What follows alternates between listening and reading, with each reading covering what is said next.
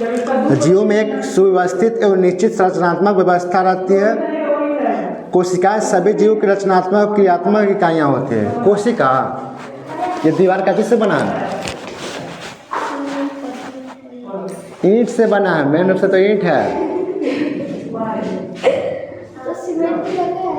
लेकिन मेन तो ईंट में ना, सीमेंट से काम हो जाएगा। ईंट से बना है। हमारा शरीर क्या चीज से बना है? कोशिका, बोल के देखो तो। हाँ, हमारा शरीर क्या चीज से बना है? कोशिका। इतना छोटा होता है कि दिखता ही नहीं, इतना छोटा होता है, उसको बोलते हैं कोशिका। ठीक है। तो दीवार जैसे तुम्हारा ईंट से बनता है, हमारा शरीर क्या चीज से बनता है? कितना छोटा होता है? उतनों का नहीं रहता, दिखबे नहीं करता, नहीं रहता है। तो तनी को ना बोल के बोलो कि दिखबे नहीं करता, इतना छोटा होता है, दिखाई नहीं देता है। समझे? तो यहाँ साफ लिखा, कोशिका सभी जीवों के रचनात्मक क्रियात्मक इकाई है। रचनात्मक, हम क्या बोले अभी? हम क्या बोले अभी? यही ना बोले हमारा शरीर कोशिका से बना है। तो एक बच्चा है, एक गधा बके तुम हो गए, सबसे ज़्यादा कोशिका किस में होगा? बच्चा में होगा कि तुम में होगा? इसमें होगा कि बच्चे में होगा? इसमें होगा। तो ये बच्चा से इतना बड़ा हो गया, ये इतना कोशिका का क्रियात्मक मतलब कैसे हुआ? तो तुम्हारे अंदर कोशिका का निर्माण हुआ, रचना हुआ। ठीक है। कान का बड़ा होना, उंगलियों का बड़ा होना, चेहरे का बड़ा होना, ये सब कोशिका का निर्माण हुआ। नहीं बैठो भी, 9 बजे से क्लास होगा। अरे उस रूम में बैठो ना, इस रूम में। हाँ ठीक है,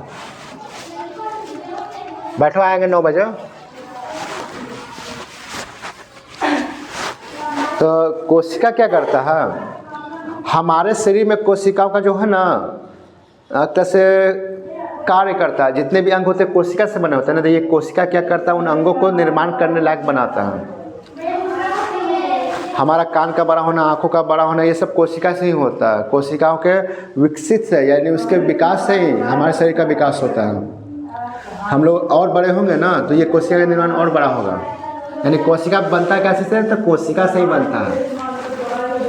कोशिका का निर्माण कोशिका से ही होता है। वहीं से बोला है रचनात्मक इकाई है। ठीक है। क्रियात्मक इसके लिए ना, कान कैसे का काम करता है? आँख देखने का, तो ये भी तो कोशिका से ही बना होगा सब। तो क्रिया कर रहा है ना। हमारा हृदय हो गया, ठीक है, हमारा नाक हो गया, ये सब क्या चीज़ से बना है? सब कोशिका से बना है। मतलब अगर ये कोशिका ना हो हमारे शरीर में, तो हमारा शरीर क्या हो जाएगा? निर्जीव हो जाएगा। हाँ, तो जीव में जीवन क्यों है?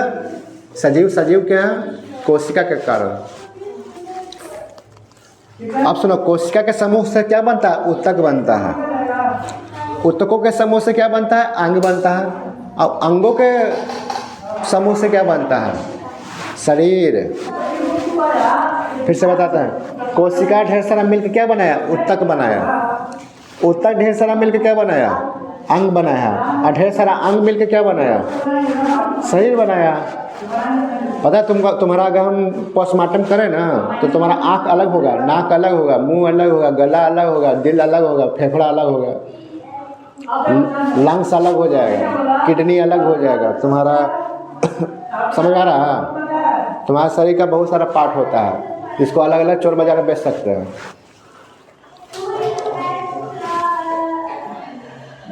तो अगर हम सोए हुए भी रहते हैं ना, तो हमारे शरीर में एक क्रिया चलती रहती है। अब सोते वक्त कौन सा क्रिया चलता है? क्रिया कौन सा काम करते हैं सोते वक्त भी? सांस लेते हैं। एक होता है कि चलो सो जाते हैं, सांस नहीं लेंगे, लेते हैं। वे सारी क्रिया जिनके द्वारा जीवों का अनुरक्षण होता है, जैव प्रक्रम कहलाती है। अनुरक्षण करने का मतलब ना, मेंटेनेंस होता है, मतलब कि इसी को कार्य करने योग्य बनाते हैं, मेंटेन करते हैं। मान लो ना कि तुम्हारा आँख देखने योग्य नहीं है, तो तुम क्या करते हो? उसको इलाज करवाते हो उसका, कि छोड़ देते हो कि भले खराब हो जाए? नहीं ना। तो हमारे शरीर में बहुत सारे अंग होते हैं जो खराब होने लग जाते हैं। तो ये कोशिका क्या करता है? उनका निर्माण कैसे? तुम्हारा कभी कट जाता है, ऐसे हाथ उठ कट गया कोई चीज़, तो क्या देखते हो कि कुछ दिन बाद अपने से जख्म भर जाता है। ये कौन काम करता होगा? दवा ये कौन? कोशिका अनुरक्षण करता है। अनुरक्षण मतलब उसको मेंटेन करता है कि जहाँ से कट गया तो उसको ठीक कर देते हैं। ठीक है। कभी देखे तो तबीयत खराब हो गया, बुखार सर्दी हो गया, तो क्या हम लोग अपने से ठीक नहीं होते हैं? कि हर बार दवाई खाते हैं? तो ये कौन करता है? कोशिका। अब किसी का खराब है सही में, बिना दवाई के ठीक ही नहीं होता, कई लोग होता है। तो वे सारी क्रियाएं जिनके द्वारा जीवों का अनुरक्षण होता है वे जैव प्रक्रम कहलाती हैं। जैव प्रक्रम फिर से बताते हैं, ऐसी क्रिया जिसमें तुम्हारा बॉडी का जितना भी कोशिका का जो अंग है ना वो सब कार्य करता होगा। ठीक है। जैविक प्रक्रिया संचालन वृद्धि हो गया, आज इतना से इतना बड़ा हो रहे हो, किसकी वजह से? जैव प्रक्रम। सही से भोजन कर रहे हो, अगर सही से भोजन नहीं मिलेगा तब भी तुम बढ़ोगे? पॉसिबल नहीं है। तुम आज अपना एक रोटी खाते तो कल से 1/4 रोटी खाना शुरू कर दो, देखते तुम कितना वृद्धि करने वाले हो। नहीं हो पाएगा। टूट फूट को रोकने आदि को कार्य के लिए जीवों की ऊर्जा की आवश्यकता होती है। टूट फूट, अरे वही बता रहा है, जैसे कट फट गया ना कहीं से, तो उसको ठीक करने का भी काम कोशिका ही करता है। ऊर्जा प्राप्त करने के लिए खाद्य पदार्थों की जरूरत होती है। तुम लोग बता सकते हैं खाना क्यों खाते हो, भोजन क्यों करते हो? खाना क्यों खाते हो?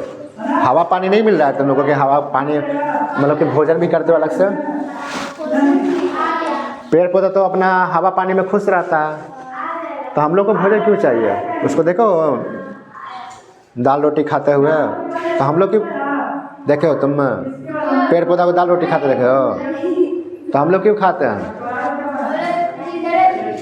हाँ, जिंदा रहने के लिए नहीं है। क्या करना पड़ेगा? खाना खाना पड़ेगा। तुम भी खाते हो कि नहीं खाते हो? किस लिए? जीवित रहने के लिए। लेकिन तुमको तो पता है खाने के बाद तो रहेगा ही नहीं पेट में, तो खाते क्यों हो? निकालने के लिए रहेगा पेट में। सुबह खाते हो, फिर दोपहर खाते हो, फिर रात में खा लेते हो, क्या है? हाँ, शॉर्ट करने बोलो ना। हम लोग सर खाते हैं ना, तो जो ऊर्जा मिलता है वो ख़त्म हो जाता है ना, तो ऊर्जा ख़त्म हो जाता है तो फिर ऊर्जा चाहिए, तो उसी ऊर्जा के लिए फिर से खाना खाते हैं। सुबह में उठना, अभी देखो 9-10 बजे तक चार्ज है ना, 10 बजे आते हैं तो बैटरी डाउन हो जाएगा, लगेगा खाना खाने जाएंगे। अब जैसे 10 बजे खाना खा लेंगे ना, फिर 3 बजे चार्ज होता है तो पूरा चार्ज रहेंगे, और 4-5 बजे फिर कुछ खा लेते हैं। और जो 4-5 बजे खाएंगे ना, रात को 8-9 बजे चार्ज रहेंगे, और 9 बजे फिर खाना खा लेंगे। अब रात भर सोते आराम से। ये सबके साथ होता है कि एक बार खाना खाने के बाद कुछ दिन तक चार्ज रहता है, कुछ देर तक चार्ज रहता है, फिर उसको लगता है कि भूख लग गया, नहीं खा पा रहे हैं। ऐसा होता है? एक बार खाते पूरा दिन में? एक दिन खाली एक बार खा के कौन रहता है? हम तो 3 बार खाते हैं। तो ये जो खाना खा रहे हो ना, ये जो व्यवस्था जिसमें तुम खाना खा रहे हो, इसको क्या कहते हैं? पोषण। सुने पहचान सुनते होगे कि सही पोषण के लिए ये जरूरी है, ये जरूरी है। पोषण जिसमें तुम अपने आप को वृद्धि कर सको, अपने आप को विकसित कर सको। तो कितने लोग को देखो ना कि एकदम दुबला पतला रहेगा तो क्या बोलता है? अरे इसको तो खाना वाना नहीं मिलता, लगता है खाना वाना नहीं मिलता है। अपनी आवश्यकताओं वातावरण के अनुरूप जीवों में विभिन्न प्रकार के पोषण विधियाँ होती हैं। पोषण द्वारा प्राप्त जटिल खाद्य पदार्थ को सरलीकरण विभिन्न चरणों में उपचयन और अपचयन अभिक्रिया द्वारा होता है। सरलीकरण, रोटी का टुकड़ा जो डालते हो मुँह में, पूरा का पूरा निकल जाते हो, क्या करते हो उसको? उस जटिल भोजन को तुम पहले निम्नीकरण करते हो, तोड़ते हो, तोड़ के काट के छोटा टुकड़ा बनाते हो, फिर निगलते हो, फिर वहाँ उनका क्या होता है? पाचन होता है। अब पाचन के बाद क्या होता है? निष्कासन हो जाता है, बाहर निकाल देते हो। ये क्रिया तुम रोज करते हो। अब एक और क्रिया है श्वसन। बिना श्वसन के तुम्हारा खाना नहीं पचेगा, पहले बता देते हैं। जो तुम खाना खाते हो ना, उसमें कैसे होता है? कार्बन होता है। और हम लोग क्या लेते हैं वायुमंडल से? क्या लिए? हवा में क्या था? ऑक्सीजन क्या था ओ, अब ऑक्सीजन गया नाक से अंदर, अंदर क्या है खाना, वो खाने के साथ वो क्या करता है अभिक्रिया करता है। अभिक्रिया, दूध में दही डाल दो, सुबह में क्या मिलेगा दूध की दही, अभिक्रिया कहते हैं उसको। क्या अभिक्रिया किया, दूध के साथ दही क्या किया अभिक्रिया किया। जो तुम खाना खाए ना वो था कार्बन, तो ऑक्सीजन से वो क्या किया अभिक्रिया कर लिया। अब कार्बन और ऑक्सीजन मिलकर क्या बना लिया CO2, कार्बन डाइऑक्साइड। नाम सुने CO2 का, कार्बन डाइऑक्साइड। तो हमारे अंदर जो कार्बन होता है, खाना जो होता है ना, हमारे ऑक्सीजन के साथ जो अंदर गया ना, उसके साथ अभिक्रिया कर लिया और क्या बनाया CO2। अब वो फिर नाक से बाहर निकलता है, छोड़ कर देना, गर्म गैस निकलेगा, उसका नाम है CO2। ये यहीं से आया बाहर। अब ये जो खाना है ना, ये क्या होगा धीरे धीरे पचेगा। अब पचने के बाद गलेगा, गलने के बाद सिकुड़ेगा, सिकुड़ने के बाद एक थैली से बाहर निकल जाएगा। ठीक है, बाहर निकल जाएगा मल के रूप में, कभी मैदान में तो कभी लैट्रिन में, लेकिन निकलेगा जरूर। तो क्या होता है हमारा भोजन ही होता है वो।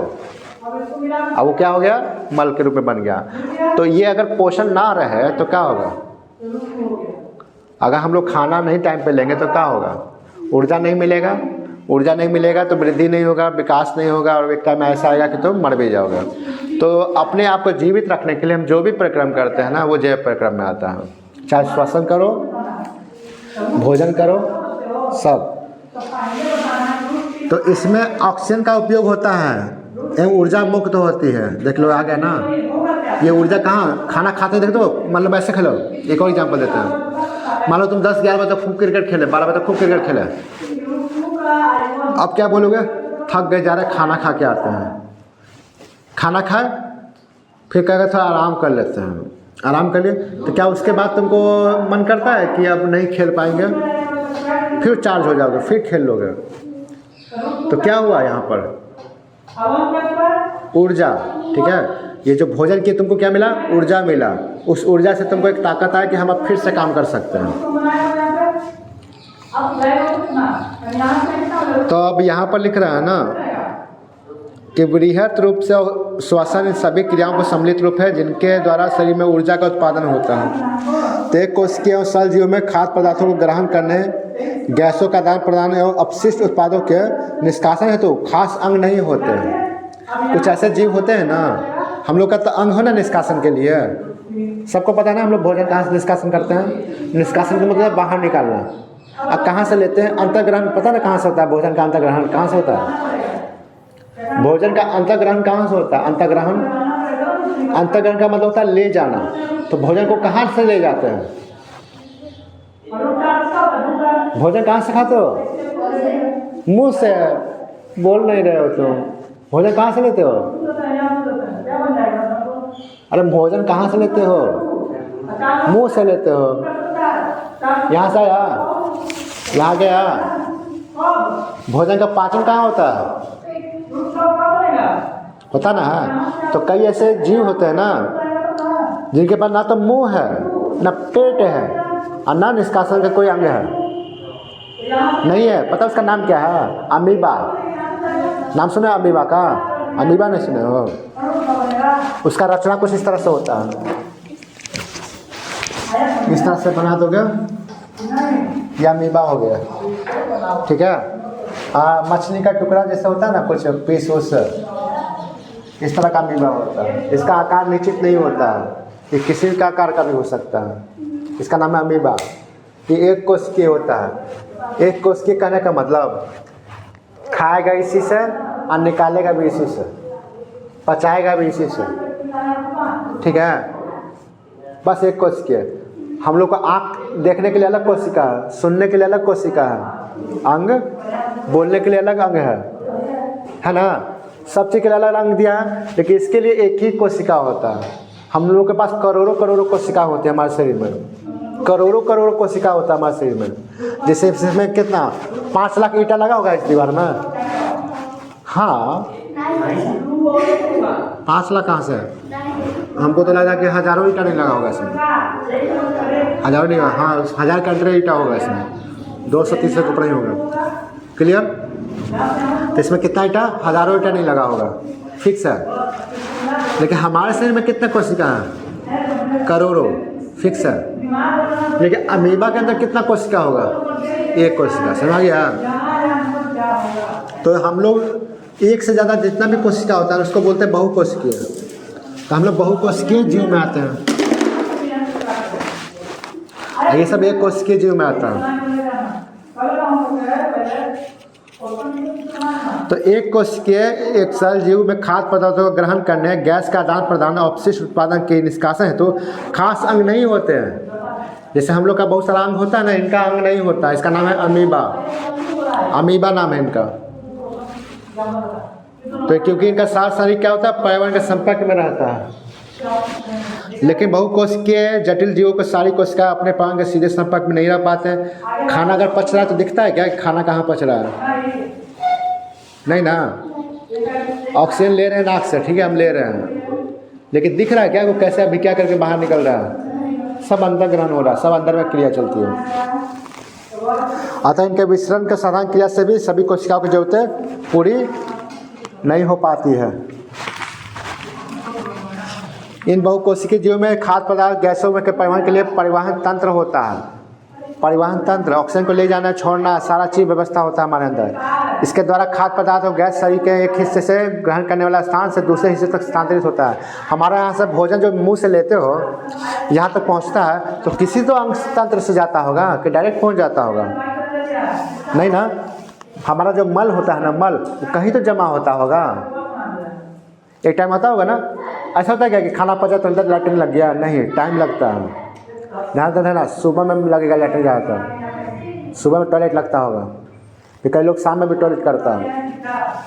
तो इसमें होता क्या, पूरा खाना जो पचने के बाद एक जगह जमा हो जाता है, और जब वहाँ जमा हो जाएगा ना तो कहेगा अरे बाथरूम जाना पड़ेगा, है ना। कि ऐसे ही खा लिए अभी अब तुरंत लगा कि लैट्रिन लगे, नहीं ऐसे नहीं होता।